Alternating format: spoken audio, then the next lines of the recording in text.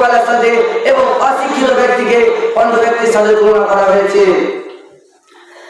আল্লাহ তাআলা সূরা জুমার 9 নম্বর আয়াতে বলছেন, কুল হাল ইয়াস্তাবিল লাযিনা ওয়াল লাযিনা লা ইয়ালামুন ইন্নামা ইয়াতাযাক্কারু উলুল আলবাব।